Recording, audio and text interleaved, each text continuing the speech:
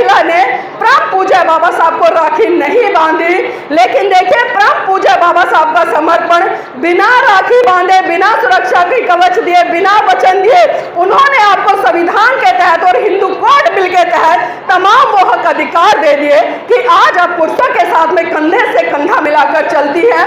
देखिए भाई बहन का संबंध प्रेम का संबंध होता है, विश्वास का संबंध होता है और कहीं ना कहीं एक दूसरे के पीछे समर्पित होने की बात है। लेकिन आज मैं देख रही हूँ कि रक्षाबंधन का जो त्योहार है उसमें भी बहुत सारी चीजें आपको ऐसी देखने को मिलेंगी और ताना भी मारती, अरे मैं 1000 रुपए का सामान लेकर गई थी, इतना कंजूसा 500 रुपए दिए, 500 का और घाटा हो गया। तो बताइए क्या ये भाई बहन का प्यार है? जिस प्यार को आप मुनाफे और घाटे से तोलने लग जाए, क्या वहां पर कोई रक्षा कर सकता है? और तब भी आपको लगता है कि मात्र एक राखी का धागा बांधने से आपकी रक्षा होती है। तो मैं कहती हूँ इस बार आप जरूर अपने घर जाइएगा, अपने भाई को राखी बांधिएगा, राखी के अलावा कुछ भी मत लेके जाना और भाई से कहना कि भाई पिता की संपत्ति में से मुझे बराबर का अधिकार दे दो। फिर देखना कितने भाई आपको अगली बार बुलाएंगे, एक नहीं बुलाएगा नहीं।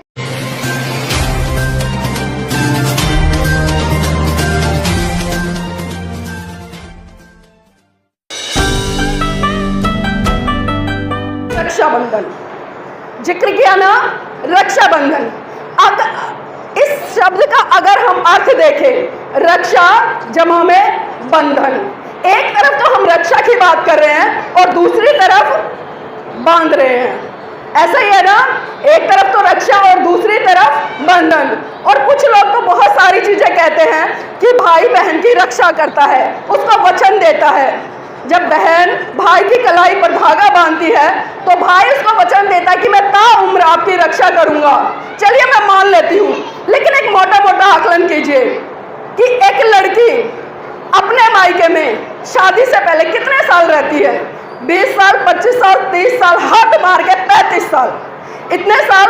चलो उस समय तो मैं मान लेती कि भाई पल पल पे बहन की रक्षा करता होगा, लेकिन शादी के बाद कौन रक्षा करता है? कौन रक्षा करता है?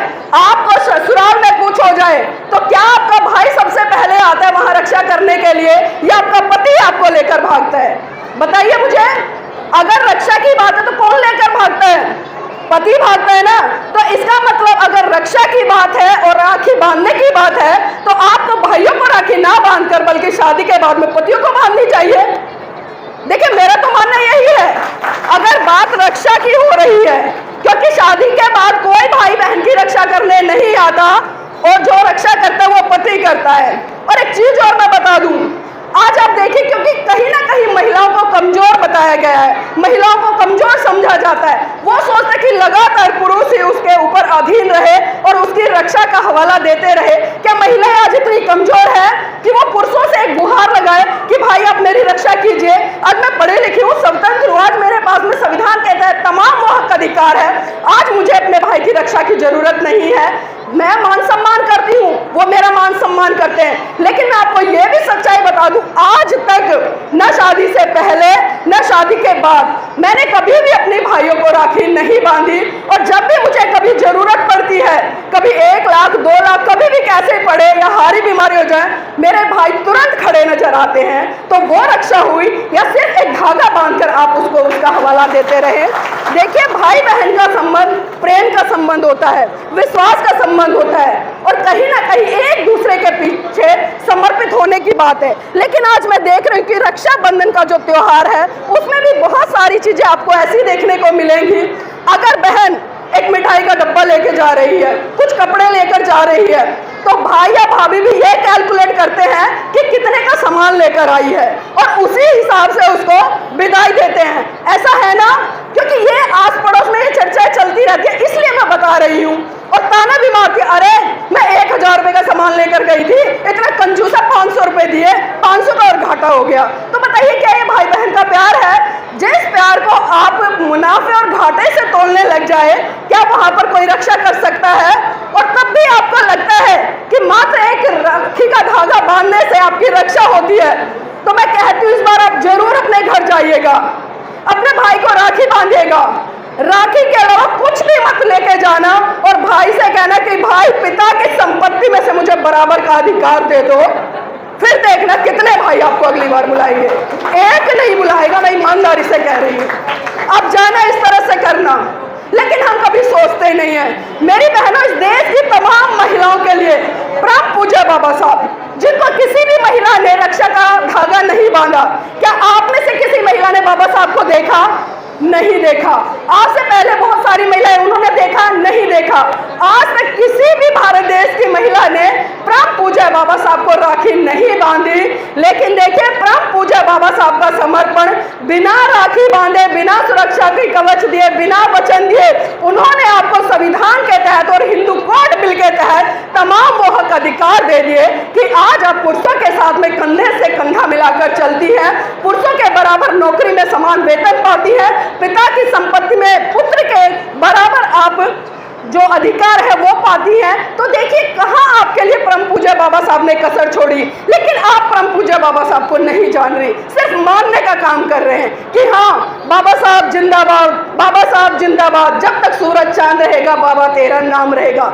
ऐसे तो बहुत सारे लोग करते आ रहे हैं। हमें और उनमें कुछ फर्क तो होना चाहिए ना, कुछ फर्क होना चाहिए। और वो फर्क क्या होना चाहिए? सोच का फर्क होना चाहिए। हमें वैज्ञानिकता की तरफ बढ़ना चाहिए। हमें उस धर्म को फॉलो करना चाहिए जिस धर्म को परम पूज्य बाबा साहब ने देकर भारत को विश्व गुरु में गौरवान्वित करने का काम किया। और आप सभी जानते हैं कि मैं बात कौन से धर्म की कर रही हूँ, क्योंकि साथियों, पूरे विश्व में अगर कोई ऐसा धर्म है जो आपके अंदर करुणा, मैत्री, भाईचारे का संदेश दिया, आपको एक सूत्र में पिरो सकता है, एक साथ उठ बैठने की आजादी देता है, तो वो है सिर्फ महाकारुणिक तथागत बुद्ध का दिया गया बुद्ध धर्म। लेकिन हम उस धर्म को समझ ही नहीं रहे हैं। आज भी कहीं ना कहीं हम कर्म कांड, पूजा पाठ, इन परंपराओं में उलझ कर रह गए हैं। और बहुत सारे लोग आज भी मंदिर जाते हैं। मैं यहाँ पर बाबा साहब के जीवन से जुड़ी एक घटना का वर्णन जरूर करूंगी, क्योंकि देखिए, जब बाबा साहब की जीवन संगनी बहुत ज्यादा बीमार थी, मैं कहूंगी कि उनका अंतिम दौर चल रहा था, उनकी इच्छा हुई कि बाबा साहब मुझे मंदिर लेकर चलिए, क्योंकि आपने कहीं ना कहीं इस देश के लोगों के लिए, खासकर बहुजन समाज के लोगों के लिए मंदिर के द्वार खुलवाए हैं। तो मैं चाहती हूँ कि आप भी मुझे एक बार मंदिर के दरवाजे तक ले जाए, मुझे भगवान के दर्शन कराएं। बाबा साहब ने दो टूक शब्दों में अपनी जीवन संगनी को कहा कि रमा, कान खोलकर सुन लो, मैंने मंदिर के दरवाजे अपने बहुजन समाज को 33 करोड़ देवी देवताओं में उलझाने के लिए नहीं खुलवाए, बल्कि वो दरवाजे मैंने उन मनुवादी, उन पंडेधारी लोगों की नाक को नीचे करवाने के लिए खुलवाए थे। तो आज के बाद कभी भी मेरे से जिक्र मत करना। तो देखिए, बाबा साहब ने अपनी जीवन संगनी को दो टूक शब्दों में कह दिया और हमें बहुत बड़ा संदेश भी दे दिया। लेकिन आज भी हम बाबा साहब की बात को नहीं मान रहे हैं। और एक जीवन संगनी से बताओ बढ़ के क्या हो सकता है? अगर आज आपकी पत्नी को कुछ हो जाए, वो आप कहे कि उस पंडे के पास ले चलो या उस झाड़ फूक के पास ले चलो, मैं ठीक हो जाऊंगी, आप 2 मिनट नहीं लगाओगे, तुरंत उठाओगे और वहां पर लेकर चले जाओगे। लेकिन बाबा साहब ने इसकी भी परवाह नहीं की, क्योंकि बाबा साहब अच्छे से जानते थे कि अगर आज मैं अपनी जीवन संगनी को उस मंदिर तक ले गया तो मेरा बहुजन समाज जहां से मैं निकाल कर इसको लाया हूं, वो वापस वहीं उलझ कर ना रह जाए। इसलिए बाबा साहब ने अपनी जीवन संगनी को भी खोने का काम किया, और वो किसके लिए? आप सबके लिए। और बाबा साहब के जीवन संघर्षों को लेकर अगर मैं चर्चा करूं तो साथियों, कहीं ना कहीं मेरी रूह कांप जाती है, आंखों से आंसू छलक जाते हैं। मैं बात उस घटनाक्रम की करना चाहूंगी। परम पूज्य बाबा साहब बंबई हाई कोर्ट में प्रैक्टिस कर रहे थे। उनके पास अचानक खबर पहुंची कि साहब, आपका बेटा राज रतन बहुत बुरी तरह से बीमार है और अपने जीवन की अंतिम सांसें ले रहा है। ये बात सुनकर परम पूज्य बाबा साहब तुरंत घर आए, और जैसे ही बाबा साहब ने राज रतन को गोद में उठाया, राज रतन ने बाबा साहब की गोद में ही दम तोड़ दिया। ये मंजर देखकर माता रमाबाई बिलक बिलक कर रोने लगी और साहब का कॉलर पकड़कर कहने लगी कि साहब बस कीजिए, बस कीजिए साहब, बस कीजिए। आपकी समाज सेवा के भूत ने एक एक करके मेरा पूरा परिवार उजाड़ दिया, साहब बस कीजिए। तो बाबा साहब कहते हैं कि रमा, रमा चुप हो जा, रमा चुप हो जा, तू तो रो भी सकती है, लेकिन मेरी तो आंखों के आंसू ही सूख चुके हैं, क्योंकि प्रतिदिन मैं अपने समाज के हजारों बच्चों को मरते हुए देखता हूँ। रमा चुप हो जा। माता रमाबाई फिर कहती है कि साहेब, साहेब मैं आज फिर चुप चुप हो जाऊंगी, साहेब मैं आज फिर चुप हो जाऊंगी। लेकिन आप मुझे एक बात बता दीजिए कि जब जब आप अपने बेटे राज रतन को गोद में खिलाया करते थे तो बड़े हर्षोल्लास के साथ कहा करते थे कि रमा रमा मेरा बेटा बड़ा होकर एक दिन इस देश पर राज करेगा। तो साहेब आज राज रतन तो इस दुनिया में रहा नहीं, अब मुझे ये बता दीजिए कि बड़ा होकर अब इस देश पर राज कौन करेगा। तो साहब फिर कहते हैं कि रमा मैं भारत देश में एक दिन ऐसा काम करके जाऊंगा कि हर रमा की कोख से जन्म लेने वाला राज रतन इस देश पर राज करेगा, इस देश पर राज करेगा। और वो राज परम पूज्य बाबा साहब साथियों आपको संविधान के अंदर देकर गए। एक वोट देने तक से लेकर एक शासक बनने तक का अधिकार आपको परम पूज्य बाबा साहब ने दिया। लेकिन आज हम देख रहे हैं कि आज हम अपने बच्चों को तरह तरह की किताबें पढ़ा रहे हैं, चाहे मैं भगवत गीता की बात करूं, रामायण की बात करूं या अन्य पुस्तकों की बात करूं। लेकिन जिस पुस्तक के माध्यम से आप अपने बच्चों के हक अधिकार सुनिश्चित कर सकते हो, उनको बता सकते हो कि अगर आप पर किसी तरह से कोई विपदा पड़ती है तो आप इस पुस्तक का सहारा लेकर अपने हक अधिकार छीन सकते हो, तो हम उस पुस्तक संविधान को कभी भी अपने बच्चों को पढ़ाने का प्रयास नहीं करते। और यही कमियां रह जाती है कि कहीं ना कहीं आज जो कुछ मुट्ठी भर लोग इस देश के बहुत बड़े तबके पर शासन कर रहे हैं और उनका शोषण कर रहे हैं। मैंने पहले भी कहा कि अत्याचार करने वाले से अत्याचार सहने वाला बड़ा होता है। तो आज बड़े वो लोग नहीं हैं, वो मुट्ठी भर लोग, और आप इतने संख्या में ज्यादा हाथी के समान विशाल, लेकिन फिर भी मुट्ठी भर लोग आज आपका शोषण कर रहे हैं। तो उसके लिए दोषी वो लोग नहीं बल्कि हम खुद जिम्मेदार हैं, हम खुद जिम्मेदार हैं। और इसी कड़ी को आगे बढ़ाते हुए मैं बाबा साहब के जीवन से जुड़ी हुई एक घटनाक्रम का भी जिक्र जरूर करना चाहूंगी। साथियों बात उस समय की है जब परम पूज्य बाबा साहब पीएचडी की डिग्री लेकर महाराष्ट्र लौटे, और जब महाराष्ट्र के लोगों को पता चला कि अरे हमारे बाबा साहब आ रहे हैं, पीएचडी की डिग्री लेकर आए हैं, वो पीएचडी करके आए हैं, तो क्यों ना उनके मान सम्मान सत्कार में एक भव्य कार्यक्रम का आयोजन किया जाए। और जब ये बात माता रमाबाई को पता चली कि महाराष्ट्र लौटने पर बाबा साहब के सम्मान में लोगों ने बहुत बड़ा कार्यक्रम आयोजित किया है, तो उनकी भी इच्छा हुई कि क्यों ना मैं भी प्रत्यक्ष रूप से बाबा साहब का सम्मान सत्कार कार्यक्रम देखूं।